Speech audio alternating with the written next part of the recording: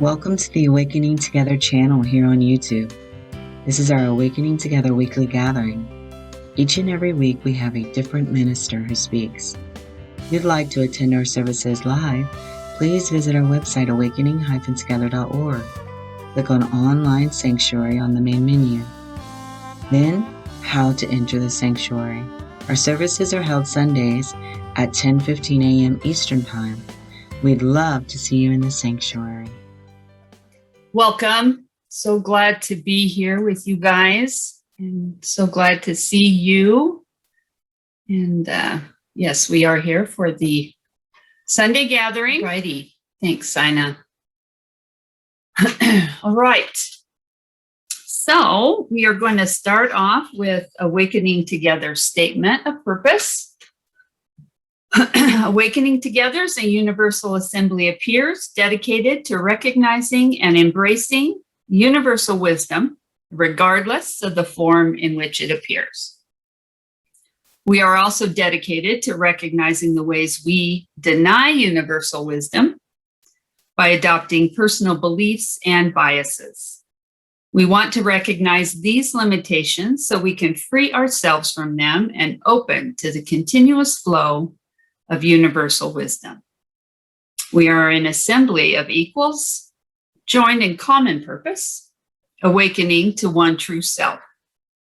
Within an appearance of many faiths, many cultures, and many symbols, we seek to discern one truth and to rest in its embrace. I have selected core value number 4. That we affirm one true self as the only truth. And we live this value by embracing what is helpful on the path of awakening without idolizing any spiritual doctrine as truth. Now let us join in prayer.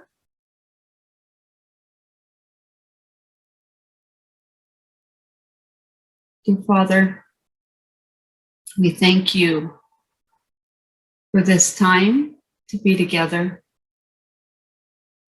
We thank you for the joining.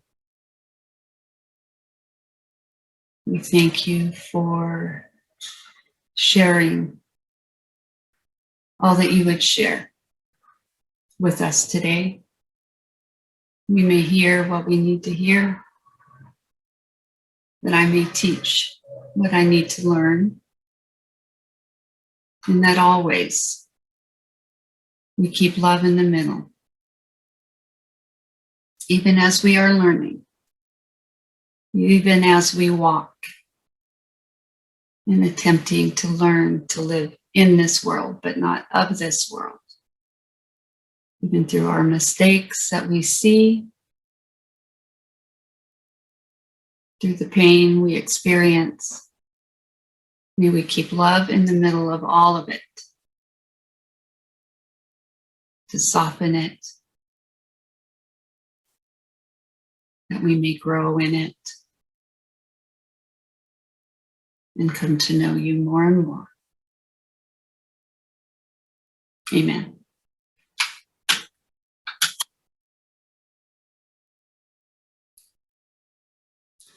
Okay, our reading today, Jacquelyn Eckert is going to read for us a excerpt from, it's a book called, it's a novel by Richard Bach. He also wrote Jonathan Livingston Seagull and a couple other novels. Has great spiritual themes and all the stuff that he writes. And I picked it up. I was headed to the mountains for a weekend and I picked it up and threw it in my bag and ended up starting reading it again and just loved this opening piece. And so Jacquelyn is going to read that. And yes, it's called Illusions. And it's the adventures of a reluctant Messiah. So it's about a modern day Messiah and the challenges he faces. So, Jacquelyn, it's all yours. Thank you.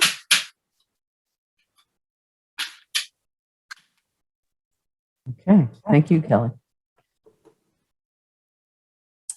There was a master coming to the earth, born in the holy land of Indiana, raised in the mystical hills east of Fort Wayne. The master learned of this world in the public schools of Indiana, and as he grew in his trade as a mechanic of automobiles. But the master had learnings from other lands and other schools, from other lives that he had lived. He remembered these, and remembering became wise and strong, so that others saw his strength and came to him for counsel. The master believed that he had power to help himself and all mankind, and as he believed, so it was for him, so that others saw his power and came to him to be healed of their troubles and their many diseases. The master believed that it is well for any man to think upon himself as a son of God. And as he believed, so it was. And the shops and garages where he worked became crowded and jammed with those who sought his learning and his touch, and the streets outside with those who longed only that the shadow of his passing might fall upon them and change their lives. It came to pass, because of the crowds, that the several foremen and shop managers bid the master leave his tools and go his way, for so tightly was he thronged that neither he nor other mechanics had room to work upon the automobiles. So it was that he went into the countryside, and people following began to call him Messiah and worker of miracles, and as they believed, so it was. If a storm passed as he spoke, not a raindrop touched a listener's head. The last of the multitude heard his words as clearly as the first, no matter lightning nor thunder in the sky about. And always he spoke to them in parables. And he said unto them, within each of us lies the power of our consent to health and to sickness, to riches and to poverty, to freedom and to slavery. It is us who control these, and not another. A millman spoke and said, easy words for you, master, for you are guided as we are not, and need not toil as we toil. A man has to work for his living in this world. The master answered and said, once there lived a village of creatures along the bottom of a great crystal river. The current of the river swept silently over them all, young and old, rich and poor, good and evil, the current going its own way, knowing only its own crystal self. Each creature in its own manner clung tightly to the twigs and rocks of the river bottom, for clinging was their way of life, and resisting the current, what each had learned from birth. But one creature said at last, I am tired of clinging. Though I cannot see it with my eyes, I trust that the current knows where it is going. I shall let go and let it take me where it will. One creature said at last, I'm tired of clinging. Though I cannot see it with my eyes, I trust that the current knows where it is going. I shall let go and let it take me where it will. Clinging, I shall die of boredom. The other creatures laughed and said, fool, let go, and that current you worship will throw you tumbled and smashed across the rocks, and you will die quicker than boredom. But the one heeded them not, and taking a breath did let go, and at once was tumbled and smashed by the current across the rocks. Yet in time, as the creature refused to cling again, the current lifted him free from the bottom, and he was bruised and hurt no more. And the creatures downstream, to whom he was a stranger, cried, see a miracle, a creature like ourselves, yet he flies. See the Messiah come to save us all. And the one carried in the current said, I am no more Messiah than you. The river delights to lift us free, if only we dare let go. Our true work is this voyage, this adventure. But they cried the more, Savior, all the while clinging to the rocks. And when they looked again, he was gone, and they were left alone, making legends of a Savior. And it came to pass, when he saw that the multitude thronged him the more day on day, tighter and closer and fiercer than ever they had, when he saw that they pressed him to heal them without rest and feed them always with his miracles, to learn for them and to live their lives, he went alone that day unto a hilltop apart, and there he prayed. And he said in his heart, infinite, radiant is, if it be thy will, let this cup pass from me. Let me lay aside this impossible task. I cannot live the life of one other soul, yet 10,000 cry to me for life. I'm sorry I allowed it all to happen. If it be thy will, let me go back to my engines and my tools and let me live as other men. And a voice spoke to him on the hilltop, a voice neither male nor female, loud nor soft, a voice infinitely kind. And the voice said unto him, not my will, but thine be done. For what is thy will is mine for thee. Go thy way as other men, and be thou happy on the earth. And hearing, the master was glad and gave thanks and came down from the hilltop, humming a little mechanic's song. And when the throng pressed him with its woes, beseeching him to heal for it and learn for it and feed it nonstop from his understanding and to entertain it with his wonders, he smiled upon the multitudes and said pleasantly unto them, I quit. For a moment, the multitude was stricken dumb with astonishment. And he said unto them, if a man told God that he wanted most of all to help the suffering world, no matter the price to himself, and God answered and told him what he must do, should the man do as he is told? Of course, master, cried the many. It should be pleasure for him to suffer the tortures of hell itself, should God ask it. No matter what those tortures, no matter nor how difficult the task, honor to be hanged, glory to be nailed to a tree and burned, if so be that God has asked, said they. And what would you do, the master said unto the multitude, if God spoke directly to your face and said, I command that you be happy in the world as long as you live? What would you do then? And the multitude was silent, not a voice, not a sound was heard upon the hillsides across the valleys where they stood. And the master said unto the silence, in the path of our happiness shall we find the learning for which we have chosen the lifetime. So it is that I have learned this day and choose to leave you now to walk your own path as you please. And he went his way through the crowds and left them, and he returned to the everyday world of men and machines.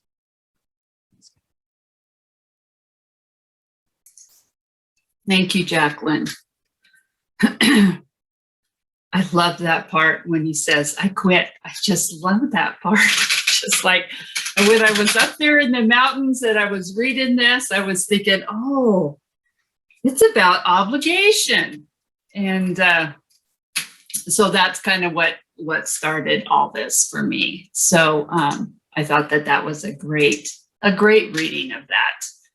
And then I, of course, going down the rabbit hole a couple times, I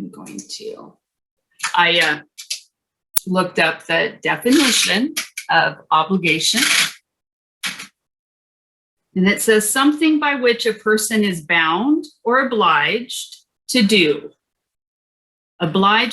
certain things, and which arises out of a sense of duty or results from custom or law, etc. And, I think as I was reading that definition, what came to my mind to add to that was truly this idea of it's conditioning, right? Obligation is about some conditioning of how we are supposed to live our life. And I think one of the reasons why I love that story of the reluctant Messiah is having been freed. I really like the illustration of the crystal water as the isness, right? The allness of life, and it's surrounding everybody and every experience that we go through here. The ones we label good, the ones we label bad, the painful,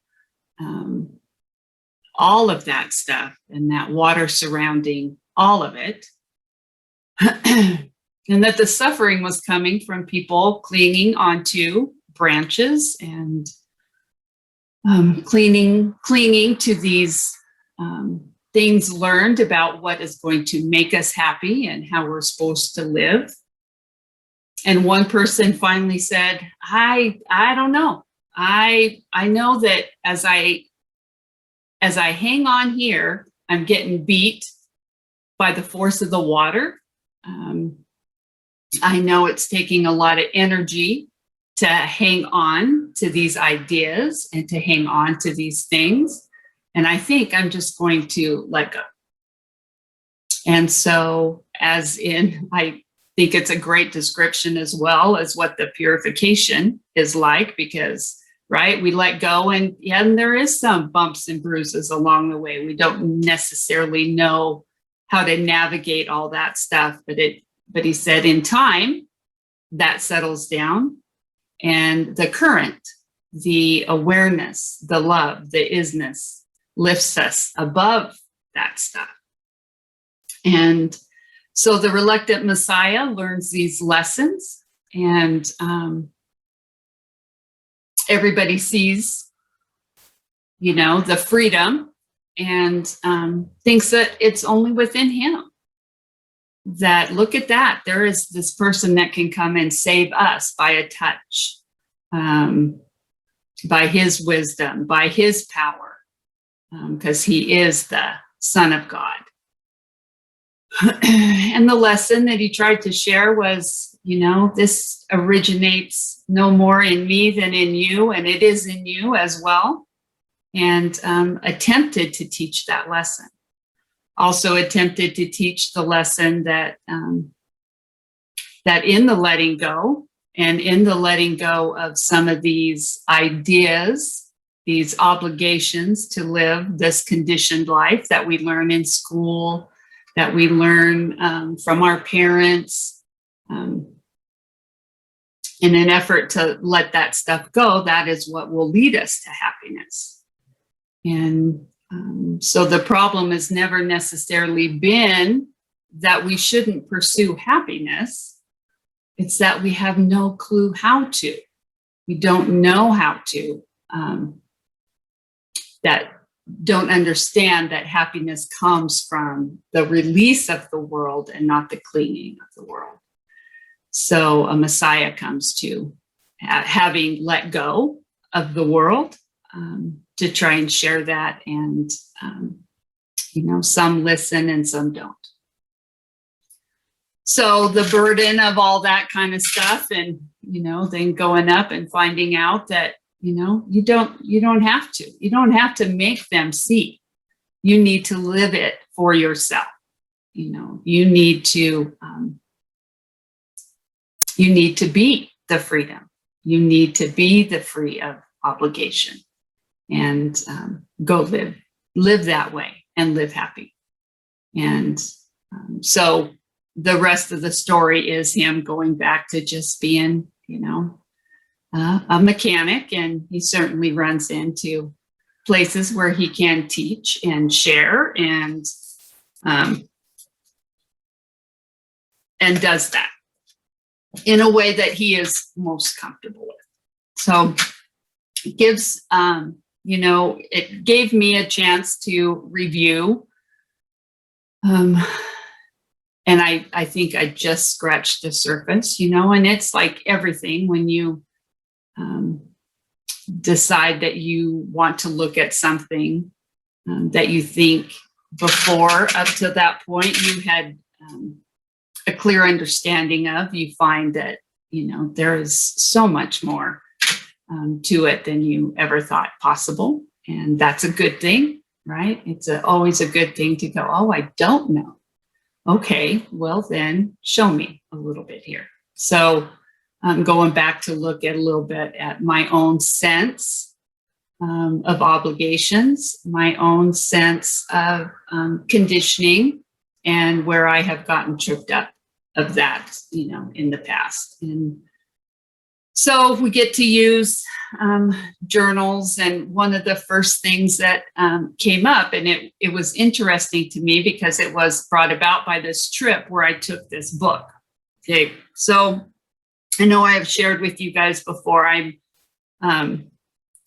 my mother is in an independent living facility. She's blind, and she has neuropathy pretty bad. So her walking is very limited, and her balance is bad. So when you have bad balance plus can't see, it can be a challenge.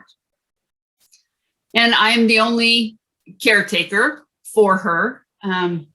So I do like to stay very close to home. I have needed to go in emergency settings before and be there. It's independent living, right? So they don't necessarily have caretakers there. And so it's hard for me to get away other than, a weekend away. But I still want to always be within driving distance. That's just kind of how it works for me.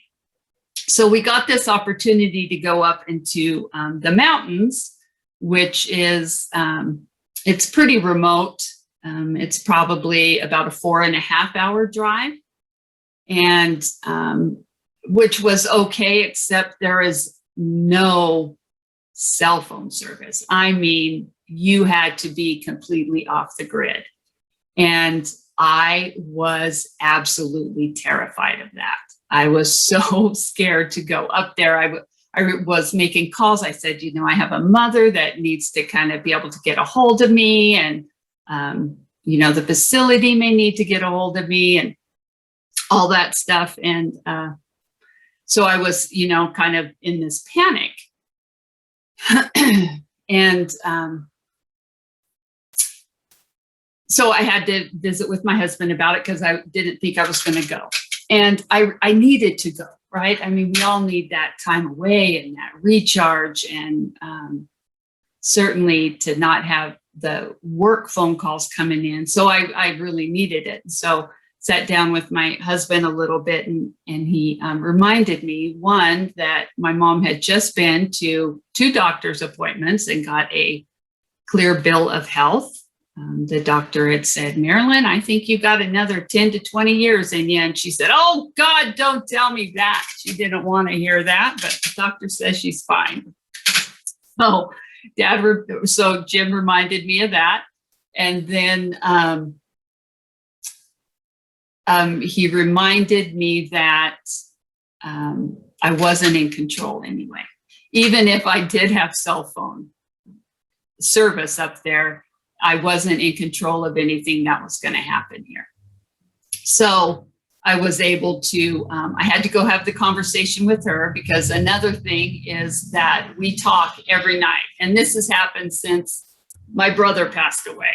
We started this ritual of talking every single night before she goes to sleep. And so I had to let her know that there was not going to be a conversation. I couldn't get a hold of her. And so all the way on the way over there, I'm, worried about how she's going to react to this, what she's going to say. Is she going to feel abandoned? All those lovely codependent ideas. And I get there and I, pour out my heart and I say all this stuff. And she says, wow. She says, that sounds like a lot of fun. She says, have a good time and give me a call when you get back into cell phone service. And I was absolutely floored that I could be that far off base about what the outcome would be when I had to do that. And so it ended up absolutely being lovely. I was up there. it is amazing when you cannot look at emails, when you cannot get any texts, when you cannot get a voicemail, and that phone is really dead for a while. That's how wonderful it felt. That was truly for me a letting go, and allowing the crystal waters to take me. And so it was a very good experience in that. And then to have this book, as I picked it up and read it, I thought, well, that's pretty timely. So once again, I'm given everything that I need. There is also the idea of currently another issue that has come up for me is work. And this obligation kind of issue is come up. We are, it's, for just a little bit of story, I work in healthcare, and in Idaho, we're having an incredible staffing shortage, especially of healthcare providers. People are not wanting to be caretakers anymore, I don't think. And we rely on that. And people are going to Amazon, and where the demographic is entry level. And so it's usually a lot of kids getting their first job, a lot of responsibility, and not the greatest wage. So I am currently down 30 full-time staff, and it does not look like things are going to change to where we're ever going to get that amount of people. So we're having to look at some discharges of the clients. Some of these clients we have provided services for 30 years. And if we do not have the staff to care for them, we're going to have to find a place that does. So it is truly feeling a little bit like, it really is feeling like being on the Titanic. And as I, try and create incentives for staffing and get people to come and, implore the board to give us a little bit more money for raises, it feels like really arranging the furniture. So I am not quite sure. And sometimes I wonder, would it be best for me to just jump off the damn boat early, and just, see what happens. And what I come up against on that is an awful lot of loyalty, an awful lot of obligation, an awful lot of, honestly, I can't do that. What would people think? And the funny part is I know that I am extremely reluctant and frightened to truly ask for guidance here. And that, I think more than anything, as I'm going through this and having things exposed to me, that is the most revealing, is that I have this fear of asking for guidance, for fear of what it's going to ask me to do. And I remember when I was first in recovery and working steps there, in the 12-step program. And we had a third step, and that was turning our life and our will over to the care of God as we understood him. And I remember pondering and way overthinking that in my early recovery. And I really did think it was speaking to me of some kind of external change that had to be made, right? I was pretty grandiose and thought that I was going to end up in a nunnery somewhere. I was 25 years old, and I was like, I don't know if that's what I want. I just, foresaw a life of celibacy and, just all this kind of stuff. And that's what God's will for me was going to be. And it terrified me. And then I remember, just in a moment of quiet, in a moment of calm, the idea came to me, Kelly, quit freaking out about this third step and what's next, because the only thing a third step says is that you are going to do the rest of the steps. And that had nothing to do with the externals at all. that a third step was being willing to go through the rest of the process, right? So that's all it was asking of me, to go within, not to go without. And look and see what I was to do at that point in time in the world. So that is, so being able to see that, I realized that there is, there's work for me to do to drill down on that, to do a little bit more journaling, a little more investigation about, what the fear is and the reluctance to take guidance. And I think the idea in this book of, when we talk about thy will, right? I have this tendency to think that this thy will, God's will, the universe's will, is something that is going to be directly opposed to my own desires, what I want, right? And only an ego would be absolutely terrified of that. Only an ego that had a lot of personal agendas going on would fear those kind of outcomes. So to have that exposed is very helpful, I think, for me to take a look. Some of that conditioning about jobs is childhood conditioning. My stepfather, who raised me, was big on two things: education and secure jobs. And that's what he wanted for me. That's what he wanted for my brother. And he would just be tickled pink that I had been with the same company for 30 years. He would think that was great because they provided all those things, right? Insurance and PTO and all that kind of stuff. And so I know that those rules are guiding me often about what I should be doing at this point in time. And that belief that I could abandon this company, right? That I would, not be meeting obligations, that, it would be unkind, that it would be unloving, all those kinds of things coming up. And in the reality of things, all that stuff's in the future. And in this moment right now, I know that when I get to the office tomorrow, it will be 8:00 a.m. and I will pull up my emails, and whatever is going on in those emails, whatever's in front of me in that day is what I am to do. That is the only thing right now that I need to worry about, because if I take on the big picture, I get kind of frightened.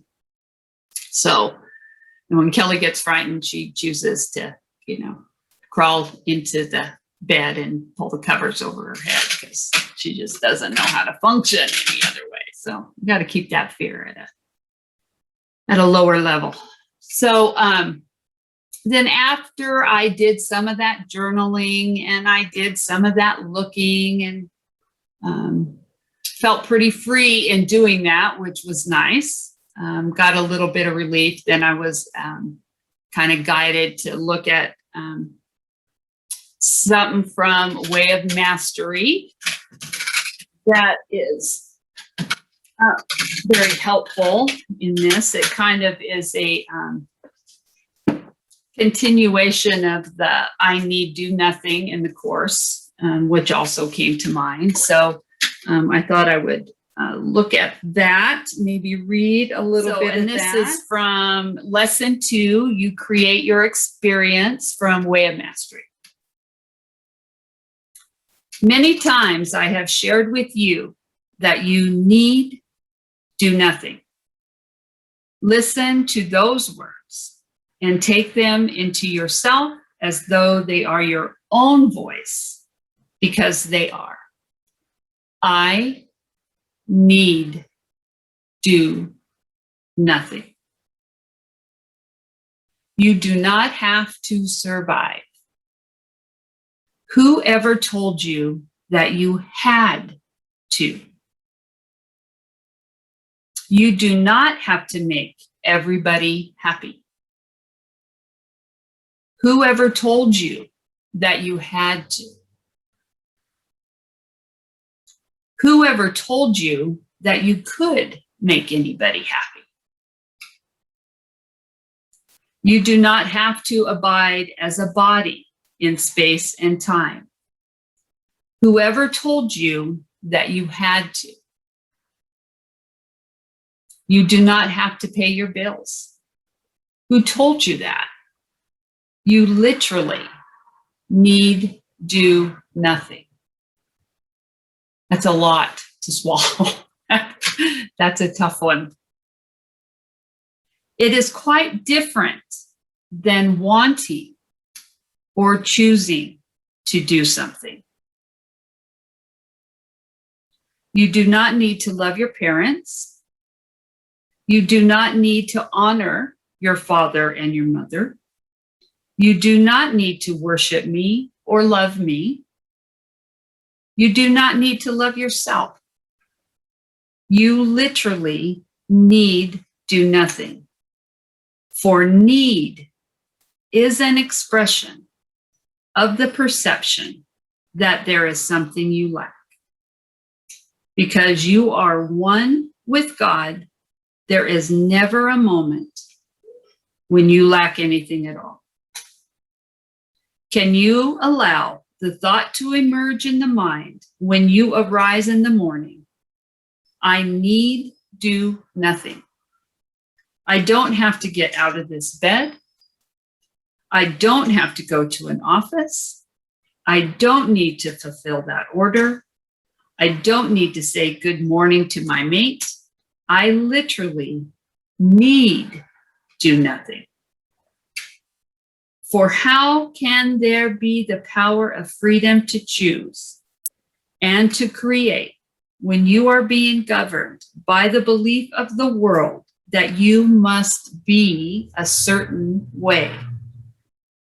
The belief that you need to be acceptable to others, that you need to conform and fit in, that you need to dress the way others dress, and that you need to be committed to surviving an extra day upon this plane.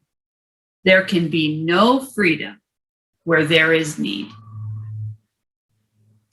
So what that helped clarify for me is that when I get into that obligation, when I get into that sense, it comes from, I need do something. I need to do something that's acceptable to these other people at work. I need to just hang in there with the rest of them. Coming from that sense of lack is completely different than like what it said, coming from that sense of lack, right, is victimization, right? It is coming from that sense of these circumstances are put upon me. They are not of my own choosing. They are worldly things that are sent just to be a bummer, to cause pain, to be bad. And that if that's how I am viewing that stuff, then that's how it's going to look and feel for me. If I can take the point of view through, and like I said, this is a process, right? This was a process of being willing to look honestly at the fears, being willing to journal honestly about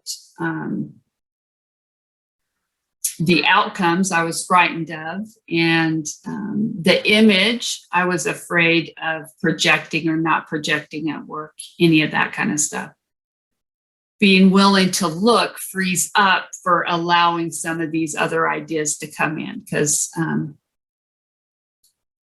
the first time I read I Need Do Nothing during this experience, I did not believe it. I truly did not believe it. I did not understand what it was saying to me, because I could only read it through the lens of Kelly Barber, HR manager at Tomorrow's Hope Incorporated, right? That's who was reading that.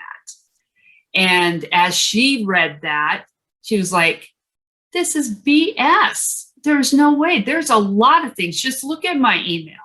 You know, there's a lot of things that I have to do here. But as I cleared that up, as I cleaned things up, then when I went back and read it, I'm like, it's once again in beautiful clarity, by putting some love in the middle of all this. What I saw was, it really doesn't matter what you're doing. It is the purpose assigned to what you're doing. What are you going to use this stuff for? Because that is well within your freedom. That is truly your choice.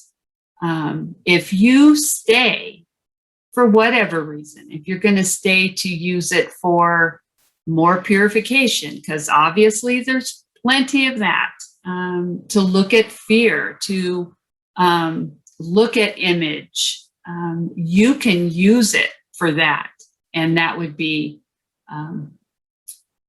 a wonderful purpose, if you can keep love in the middle of that, right? To soften some of that.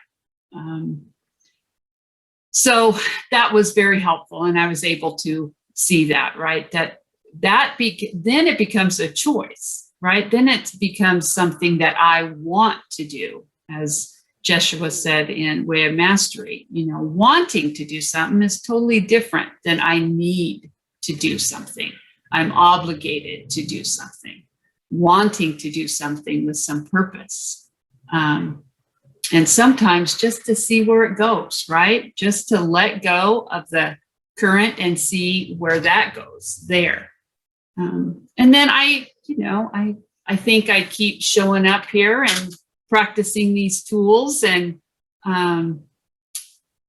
trying to stay in touch with what it is that I ultimately want, to remember who I am, to remember who you are.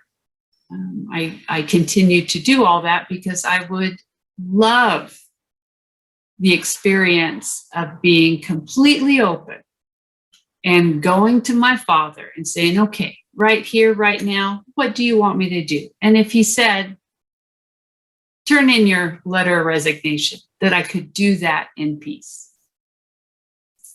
I'm not there today, but that does not mean I won't be there. It does not mean that that's not possible for me. But right now, the fear and the conditioning and all that stuff is guiding right now. So, but I know that. So I know where I'm at and I know where I want to go.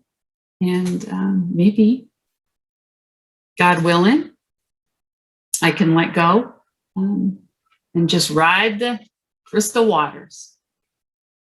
Okay. I think I'm done. Okay, I'm going to play another song. This is going to be India Iris. And it is the time, if you feel guided to donate to Awakening Together, we would certainly appreciate it. That's how we operate and continue to give the incredible incredible menu that Awakening Together offers. So here we go. And so it is. All right. Well, we have a little bit of time. If somebody feels the nudge to share, could certainly do that. All right. Go ahead, Connie. You always say hi to me, Connie. So sweet. Thank you, Kelly. Thank you for your wonderful message. I always marvel at how my brother is my savior, because I can see through your message that Kelly needs to let go and be about it and enjoy her, her retirement. And I can see that truly for you. Now, when I turn that around and go, yeah, but I'm not so sure that's true for me. But you were absolutely my savior, and I appreciate you immensely. Thank you. Thanks, Connie. Okay. I'm going to read just one little bit from a little bit more from this book.